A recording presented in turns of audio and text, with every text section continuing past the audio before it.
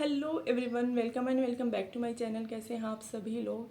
I know कि आप में से काफ़ी सारे लोग बढ़िया नहीं होंगे क्योंकि पेपर्स हो चुके हैं और काफ़ी सारे सब्जेक्ट के पेपर ऐसे आए हैं जो कि उम्मीद से बड़े ही ख़तरनाक आ गए, जैसे कि हमारा बायोलॉजी का पेपर। तो आज का ये वीडियो उसी से रिलेटेड रहने वाला है। वैसे वीडियो बनाने का मेरा मन बिल्कुल भी नहीं था, बट आज 2-3 दिन हो चुके हैं पेपर को, तो मैंने सोचा कि रिव्यू भी लेना चाहते हैं बच्चे, पूछ भी रहे हैं मेरे से बार बार कि आपका मैम पेपर कैसा हुआ है। तो मैंने सोचा कि अपनी भी रिस्पॉन्सिबिलिटी बनती है कि उनको एक थोड़ा छोटा थोड़ा बहुत आइडिया दिया जाए। तो हमारा जो पेपर था, जिन्होंने दिया है उनको पता है कि दोनों ही पेपर कितने ख़तरनाक लेवल के आए थे। और अगर जीके की बात करी जाए तो जो 31 का जो पेपर था जीके का, वो कंपेरेटिवली थोड़ा सा ठीक था और हमारे वाला थोड़ा हार्ड ज़्यादा था। क्योंकि साइंस वाले बच्चों को क्या दिक्कत होती है कि मैथ्स वाले क्वेश्चन में भी उनको दिक्कत आ जाती है। तो और हमारी मैथ्स भी थोड़ी सी घुमा करके दे रखी थी। और जब 31 वाला पेपर देखा था तो ये लगा था कि शायद हाँ ऐसा सा पेपर आएगा, ऐसी सी मैथ्स आएगी, तो उस हिसाब से ज़्यादा तैयारी कर ली थी। 2 दिन में वही वाली मैथ पढ़ी थी, लेकिन वो उसमें से आया कुछ भी नहीं। तो उस वजह से काफ़ी बच्चों को लॉस भी हुआ है। तो काफ़ी अनएक्सपेक्टेड टाइप का पेपर था। और ये लगा था कि शायद पिछली बार का जो रिव्यू था कि भाई पिछली बार वाले पेपर हार्ड थे, तो शायद इस बार आरपीएससी थोड़ा सा रहम दिखाएगी और थोड़े से ठीक ठाक पेपर देगी, लेकिन हुआ उसका उल्टा। और बाकियों का तो मुझे नहीं पता 31 वालों का कैसा क्या था, लेकिन 3 तारीख वाले का आप किसी से भी रिव्यू लेकर के पूछ लेना, जिसने भी पेपर दिया है वो आपको खुद ही बता दे देंगे कि भाई पेपर कैसा था। तो हम इजी तो बिल्कुल भी नहीं था। और अगर बायो की बात करी जाए तो बायो का मेरा ये 3rd अटेम्प्ट था और मैंने ऐसा पेपर कभी नहीं देखा। पीछे 2 पेपर हो चुके हैं तो वो तो इसके आसे पास से भी नहीं लगते, इतना हाई लेवल का पेपर बना दिया। और ये तो सोचना चाहिए कि भाई इनको आफ्टर ऑल पढ़ाना तो स्कूल में ही है, पढ़ानी इनको 11वीं 12वीं की एनसीईआरटी है, तो आप एनसीईआरटी के अकॉर्डिंग थोड़ा सा पेपर पैटर्न को थोड़ा फॉलो करें। इतना हार्ड पेपर ना बनाए, क्योंकि आप हमें असिस्टेंट प्रोफेसर नहीं बना रहे हो, ना हम कॉलेज में पढ़ाने जा रहे हैं, ना ये कोई CSIR नेट का पेपर है। बट सारी चीज़ें उसी के अकॉर्डिंग दे रखी थी, तो काफ़ी सारी दिक्कतें हुई पेपर में। और जो एनसीईआरटी का पोर्शन था, जिसके हिसाब से पिछली बार एनसीईआरटी आई थी, तो उसी के हिसाब से इस बार सभी बच्चों ने तैयारी की थी कि हमारे में भी एनसीईआरटी देखने को मिलेगी, लेकिन हुआ उसका उल्टा। एनसीईआरटी के तो कुल मिलाकर के 20 या 30 क्वेश्चन होंगे, वैसे मैंने काउंट नहीं किया, लेकिन इससे ज़्यादा तो नहीं बनेंगे। पीजी का अगर देखा जाए तो पीजी का जो पोर्शन था उसमें सभी को दिक्कत हुई है, और साथ ही साथ यूजी का था वो भी उन्होंने लेवल बढ़ा दिया काफ़ी ज़्यादा। तो उन दोनों में ही बच्चों को काफ़ी ज़्यादा प्रॉब्लम फेस करनी पड़ी है। अब अगर ये हो कि भाई पीजी का पेपर, अगर पीजी वाला पोर्शन आप हार्ड बना रहे हो तो चलो चलता है कि भाई वो पीजी का है एमएससी का, वो तो हार्ड आएगा ही आएगा। और एक अगर पहले से थोड़ा आइडिया हो, पीजी वाले में बच्चा अवेयर रहता है कि हाँ भाई थोड़ी बहुत तो टफ आनी ही है पीजी, और वो थोड़ी सी ज़्यादा आ जाए तो इतना नहीं होता कि चलो ठीक है पीजी हार्ड आनी थी, मुझे पता था। पर ये तो होना चाहिए कि चलो मुझे यूजी का है, मैं यूजी में स्कोर कर लूँगा, या फिर मैं एनसीईआरटी वाला 12th वाला है वो मैं ढंग से कर लूँगा। तो इस बार के पेपर में ऐसा नहीं हुआ। मतलब पेपर इक्वली हार्ड था, शुरू से लेकर के लास्ट में कहीं ऐसी कोई जगह नहीं आई पेपर में जहाँ से ये लगे कि हाँ भाई ये तो ठीक ठाक है। कुछ कुछ क्वेश्चन थे जो मतलब ठीक थे, बट ओवरऑल जो पेपर का लेवल देखा जाए वो मॉडरेट टू हार्ड भी नहीं था, वो एकदम हार्ड ही था। तो मेरा तो यही वाला रिव्यू है, और मुझे जैसा लगा, मैंने जैसा फील किया पेपर के बारे में वो मैंने बता दिया। वरना बायो का ये होता है कि बच्चा अगर तैयारी कर रहा ना, वो बच्चा अगर वो उठ के भी बायो का पेपर दे तो उसके 80-90 क्वेश्चन तो आराम से हो जाते हैं। लेकिन इस पेपर में जहाँ बच्चा 10-10 15-15 घंटे की तैयारी करके गया है, इस पेपर में भी सबको पासिंग मार्क्स जो हैं वो भी नहीं बन पा रहे हैं। किसी के पहले पेपर में नहीं बन रहे, किसी के सेकंड पेपर में नहीं बन रहे। तो मेरी तो जितनों से बात हुई है अभी तक, उसमें से किसी के भी कोई भी कैंडिडेट ऐसा नहीं है जिसके दोनों पेपर में अच्छे तरीके से वो पास हो रहा हो। या तो फर्स्ट पेपर में गड़बड़ हुई है या फिर सेकंड पेपर में गड़बड़ हुई है। और भाई ऐसा पैटर्न अगर बना रही है आरपीएससी, तो मुझे 2-3 चीज़ें फील होती हैं जो होनी चाहिए। भाई ऐसा नहीं है कि बच्चे को हर तरीके से आप परेशानी कर दो, उसे बांध ही दो सारी चीज़ों में।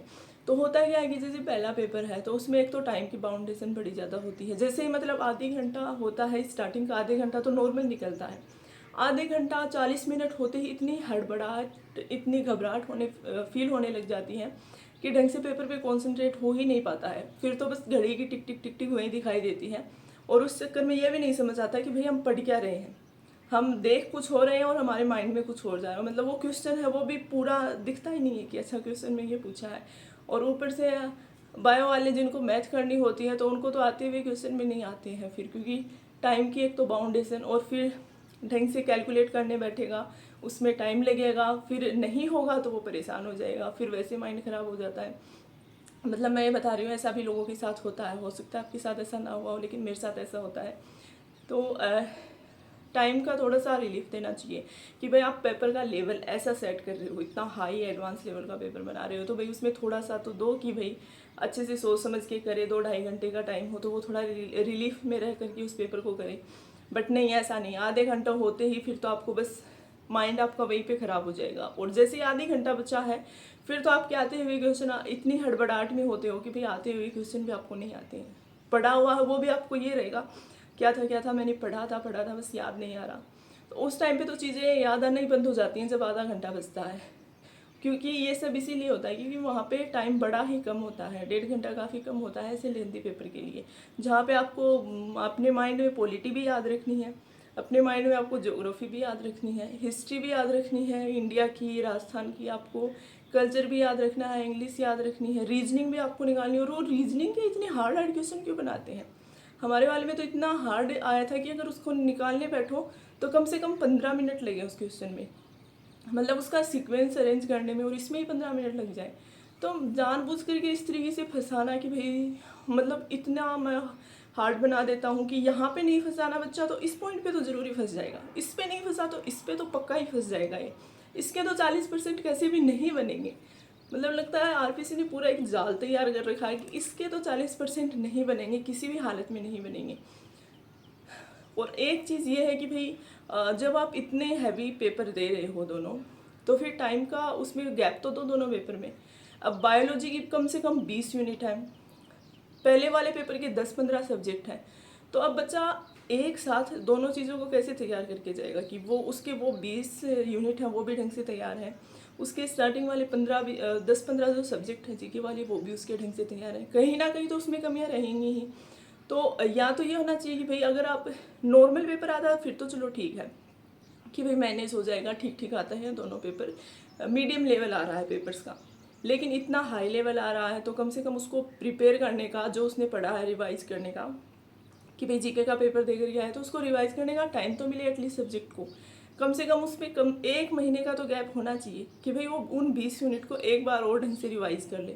पर नहीं, इनको तो साथ में ही करवाना है सब कुछ, कि जीके पढ़ करके आया है अब तो सब कुछ इतना जो पढ़ करके आया है भाई, इतनी हमारे दिमाग की इतनी कहाँ कैपेसिटी है, हम तो मामूली से इंसान है, इतनी कहाँ कैपेसिटी है कि इतने 20 यूनिट को भी याद रख लेंगे, स्टार्टिंग के 10-15 सब्जेक्ट हैं उनको भी एक साथ याद रख लेंगे, और हम अपना जो 100% है वो वहाँ पर जाकर के एग्ज़ाम में दे भी देंगे। तो ऐसा तो नहीं होता। तो दोनों पेपर जब हार्ड हैं तब का मैं बोल रही हूँ कि दोनों पेपर के बीच में कम से कम 1-1.5 महीने का गैप होना चाहिए। जैसे आरएस के एग्ज़ाम में होता है, प्री का एग्ज़ाम जब आप पास कर लेते हो तब आपका मेंस का होता है, तो या तो ऐसा कर दो कि भाई जीके का पेपर है वो पहले होगा, उसमें जो कैंडिडेट पास होंगे वो सब्जेक्ट वाले में जाएंगे, या तो भाई ऐसा कर दो क्योंकि आप तो फेल तो फिर वैसे भी करोगे ही, 40% वाले वैसे भी बाद में निकलेंगे ही, तो कम से कम तैयारी करके तो फेल हो बच्चा। भाई जीके का ये रहेगा कि पहले मेरा जीके का, तो कम से कम वो उसमें बेस्ट परफॉर्मेंस अपनी दे पाएगा। अब पता है अभी मैं जीके में फेल हो जाऊंगा, इतना हार्ड पेपर बनाते हैं, तो उसकी तैयारी के उस हिसाब से तो वो तैयारी करे, क्योंकि जब दोनों पेपर साथ में तो ना तो उसकी सब्जेक्ट की ढंग से तैयारी हो पा रही है ना उसका जीके ढंग से तैयार हो पा रहा है। तो जब ये रहेगा कि भाई ये 2 महीने बाद है मेरा पेपर, तो कम से कम बाउंडेशन तो लगा रखी है, 40% तो उसमें लेकर के आने पड़ेंगे, और वो पता है जब तक बेस्ट टू बेस्ट तैयारी नहीं होगी तब तक वो 40% नहीं आएंगे। तो उसके हिसाब से उसको टाइम होना चाहिए कि भाई चलो जीके ही पढ़ना है और इसमें मैं लेकर के ही आऊँगा कैसे तैसे, लेकिन उसमें क्या है साथ में सब्जेक्ट भी पढ़ना पड़ रहा है, उसमें भी फिर इतना हार्ड पेपर आ जाता है। तो ये होना चाहिए कि भाई पहले आप जीके का पेपर रखवा लो आराम से, और उसके 2-3 महीने बाद फिर सब्जेक्ट का पेपर होना चाहिए। मतलब सारे जो रेस्ट्रिक्शन है पता नहीं वो फर्स्ट ईयर वालों पे ही क्यों लगा रखे हैं इतने सारे, और ये जो 40% का रूल है फिर बाकियों में क्यों नहीं है। जैसे आरएस हमसे बड़ी भर्ती है उसमें भी होना चाहिए, उसमें तो बच्चे 200-250 नंबर पे उनकी रैंक आई जा रही है, सारे आरएस बने जा रहे हैं, पास हो रहे हैं, तो हमारे वाले में फिर ऐसा क्यों है भाई? जा कर के जब 11वीं-12वीं को ही पढ़ाना है तो वहाँ पर थोड़ा बहुत अगर नॉलेज कम है तो बाद में सीखा जा सकता है। जब किसी सेक्टर में आप जाते हो वहाँ जब आप काम करते हो तो वो नॉलेज गेन ही होता है, ऐसा नहीं है कि वहाँ पर जा कर के सब भूल जाएंगे, नहीं, वहाँ पर जा कर के जो एक्सपीरियंस है वो भी बढ़ेगा, और सब्जेक्ट का नॉलेज है वो और ज़्यादा जो है आपका बेहतर होता चला जाएगा।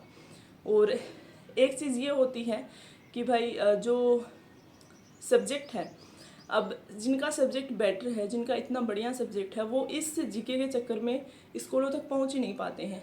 कितने सारे ब्रिलियंट स्टूडेंट हैं जिनका सब्जेक्ट भी इतनी बढ़िया कमांड होती है, लेकिन जीके के चक्कर में वो उनको मौका ही नहीं मिल पाता कि वो स्कूल में जाएं, बच्चों को पढ़ाएं, उनका फ्यूचर संवारें। फिर आप बोलते हो कि भाई स्कूल में रिजल्ट बढ़िया नहीं आ रहे।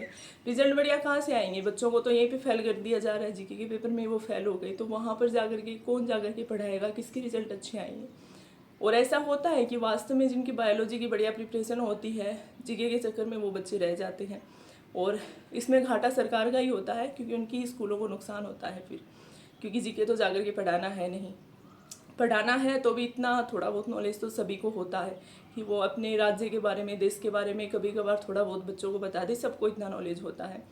तो भाई दोनों ही पेपर काफ़ी ज़्यादा टफ थे, और पता नहीं बच्चों के कितने क्या बन रहे हैं, पास फेल जो भी है, बट इस टाइम पे मुझे लगता है कि सबकी सिचुएशन एक जैसी है और सभी को दोनों पेपर में काफ़ी ज़्यादा दिक्कत हुई है। आप अपना रिव्यू दे सकते हैं अगर आप चाहें तो, कि आपको पेपर कैसा लगा, कहाँ कहाँ आपको दिक्कतों का सामना करना पड़ा।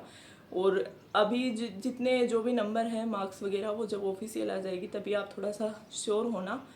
2-3 दिन में अभी ऑफिशियल की आ जाएगी, तभी आप उसी में से मिलान करके और आप श्योर हो सकते हो कि भाई मैं पास हूँ या फिर फेल हूँ। क्योंकि कोचिंग के जो की करवा रहे हैं, जब मैंने जीके का पेपर आ करके देखा, कोचिंग वाले टीचर्स तो पता नहीं क्या ही करवा रहे हैं, कितने तो क्वेश्चन ही गलत करवा रहे हैं बोर्ड में, वो भी कॉन्फिडेंस के साथ। मतलब आंसर गलत बता रहे हैं, वो भी फुल कॉन्फिडेंस के साथ गलत बता रहे हैं।